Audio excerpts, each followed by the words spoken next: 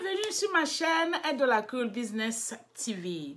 Ici, je vous donne des idées, des conseils et des astuces pour pouvoir avoir plusieurs sources de revenus. Comment il faut faire pour avancer? Comment il faut faire pour créer un business? Comment se prendre en main? Cette semaine, je vais vous parler de comment on peut transformer une idée en projet. Qu'est-ce qu'il faut pour transformer une idée qu'on a en projet? Qu'est-ce qu'on doit faire pour transformer notre passion en projet, en idée business, etc., etc. Suivez-moi après le jingle. À toutes.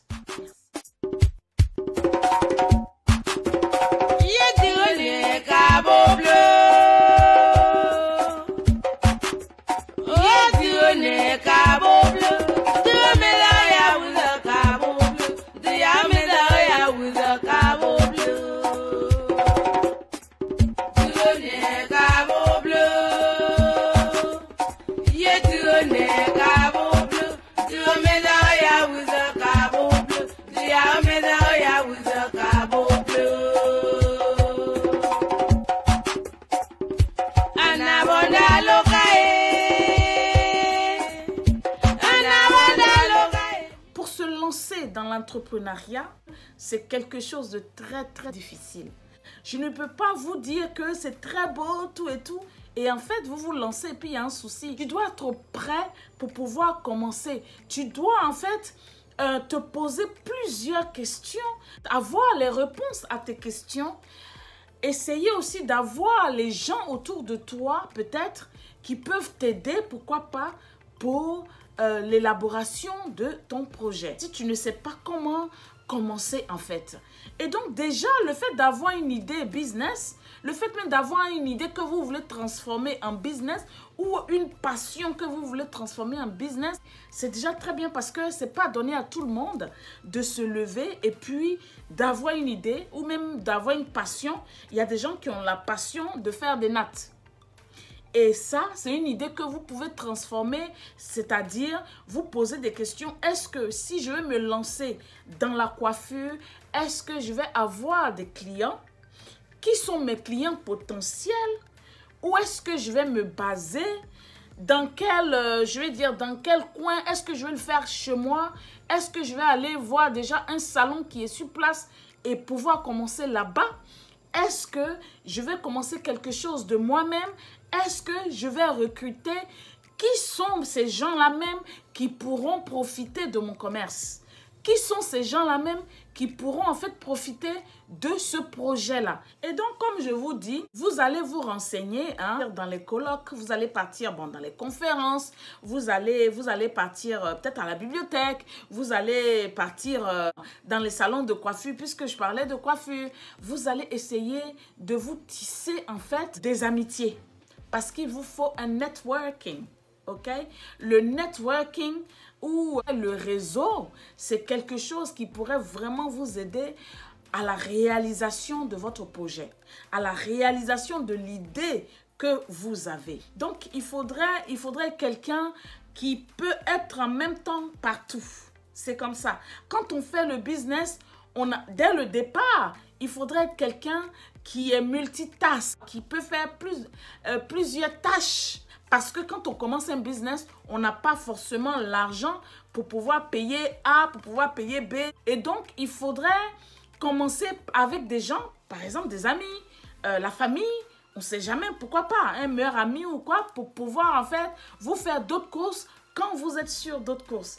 Quand vous élaborez une idée qui va devenir un projet, il faudrait que vous alliez étape par étape. Est-ce que j'ai les ressources pour pouvoir...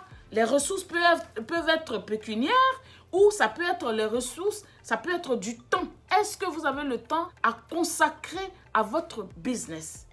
Donc, en fait, il faudrait que tout ce puzzle-là soit prêt pour que vous vous lancez dans un business ou bien une idée que vous avez pour que vous transformez cette idée-là en business. Et donc, le point clé, c'est de savoir si vous-même, vous êtes prêt à vous lancer. Qui sont ceux qui vont être vos clientes potentielles? Donc, il y a toutes ces questions-là qu'il faut se poser. On peut avoir un business. C'est très génial d'avoir un business. Ça, il n'y a pas de problème. Mais il faut quand même être sûr d'avoir des clients pour que votre business existe. Parce que si vous n'avez pas de la clientèle, votre business ne peut pas exister. Et donc déjà, c'est pour ça que il faut faire tout ce qu'on appelle étude de marché. Souvent, on peut se lever pour faire un business parce qu'on se dit qu'il y a un créneau, je me lance et je sais que ça va marcher. Mais normalement, on devait faire les études autour. Et c'est pour ça que j'avais commencé par l'étude de marché qui se trouvait dans le business plan.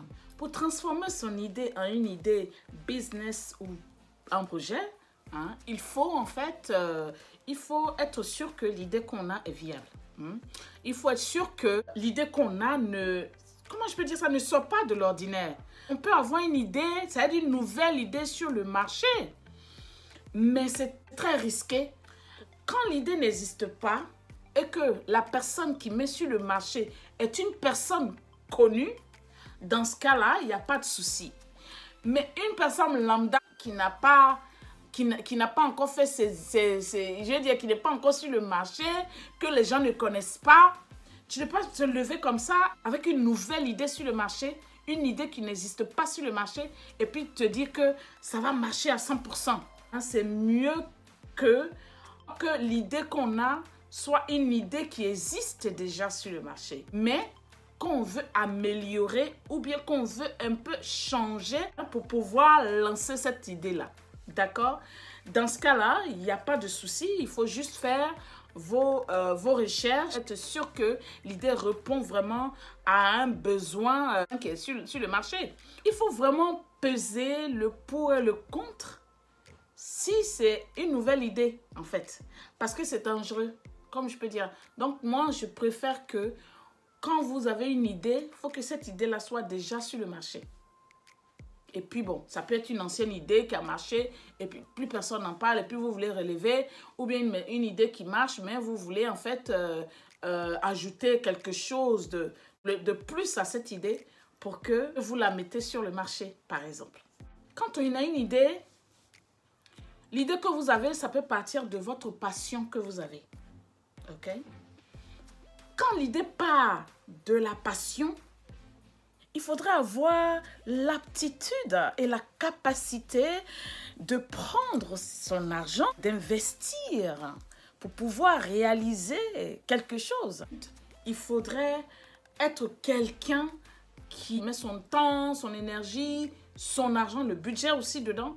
Donc, en fait, vous donnez, je pense que si c'est un projet, je veux dire, si c'est une passion que vous voulez transformer en projet, vous avez plus de temps à allouer à ce projet-là. Si l'idée est viable, hein, vous pouvez vous demander s'il y a une réelle demande ou un réel besoin de ce projet-là, de votre idée sur le marché.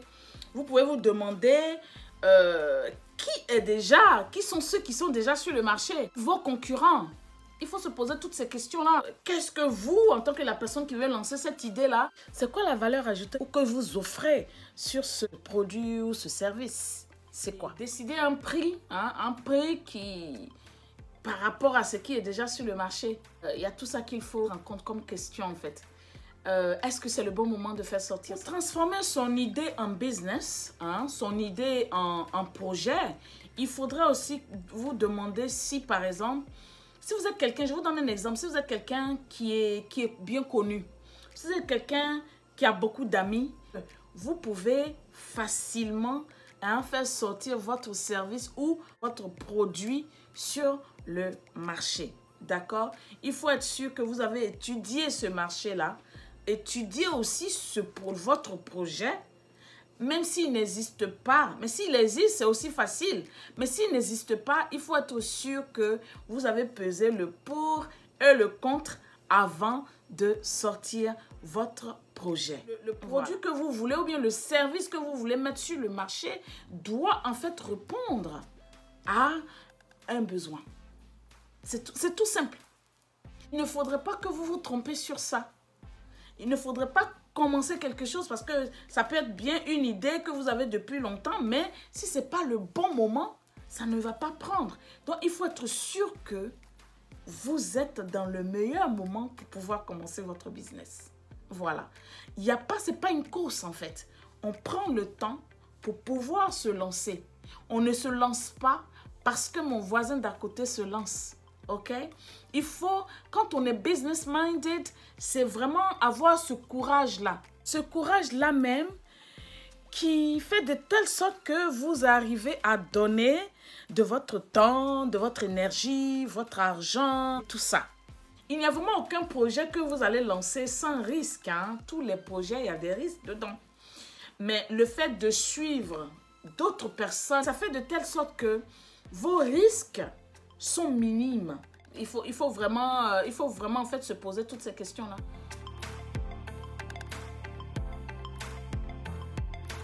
Mais point en premier, il faut être sûr que l'idée que vous avez, c'est le bon moment de faire sortir l'idée.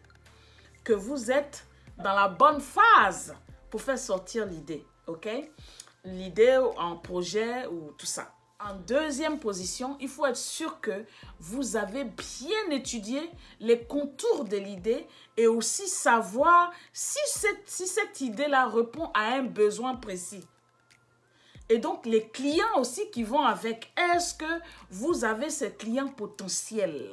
Donc, ça fait mon deuxième. Donc, mon troisième point, c'est d'être sûr que vous avez bien étudié tout ça et que tout est clair avant de vous lancer. Mon quatrième point, c'est avoir un réseau. Être sûr que vous avez,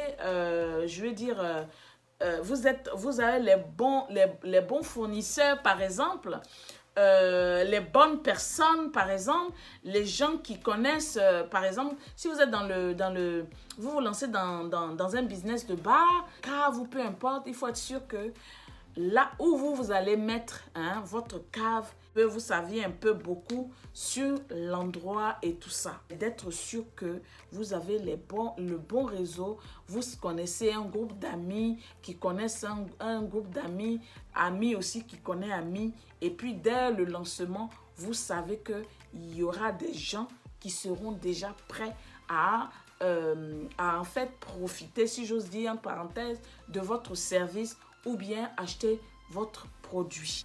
Et en fait, en dernière position, il faut trouver le budget, l'argent qui va en fait vous accompagner dans ce projet. En parlant du budget, il faudrait que vous soyez à mesure d'être la personne qui, dès le départ, fasse tout pour en fait accompagner votre projet. Il ne faut pas attendre à ce qu'un oncle vous donne l'argent ou à ce qu'on vous prête de l'argent. On peut le faire, les gens peuvent le faire, une banque peut le faire. Mais est-ce que ça sera la même importance que vous allez porter à votre projet? Parce que l'argent ne vient pas de votre poche. Et du coup, si vous perdez, vous n'allez pas vraiment être ébranlé. C'est mieux de travailler soi-même, c'est mieux de mettre l'argent de côté soi-même avant de commencer votre propre business. Il ne faut pas toujours compter sur les autres. Il ne faut pas toujours avoir cette idée-là de dire « Donne-moi l'argent, je vais commencer un business ». C'est mieux de commencer un business avec votre propre argent. Ça veut dire que vous travaillez, quitte à faire 3 boulots pour pouvoir mettre de côté cet argent-là, vous devez le faire. C'est un conseil que je donne. Et ce conseil-là, par exemple, les gens, j'ai du mal à suivre vraiment les gens qui viennent de se lancer sur un business et qui prennent un crédit, qui n'ont jamais fait de business, mais qui prennent un crédit, qui veulent prendre un crédit, qui insistent à avoir un crédit, et vous avez ce crédit-là. Ma question est, et si vous commencez ce business-là, et 2 mois, 3 mois après, le business ne décolle pas, vous faites comment pour rembourser ce crédit? Sur ce, c'était Edola Cool. Retrouvez-moi sur cette chaîne une fois par semaine. Dans ma prochaine vidéo, je vais vous servir une interview exclusive avec le gérant des sites touristiques à Man, dans l'ouest de la Côte d'Ivoire. On est à très bientôt. Je vous fais de gros bisous. C'était Edola Cool. N'oubliez surtout pas de partager mes vidéos, de m'envoyer des emails. Mon email, c'est edolacool15277@gmail.com.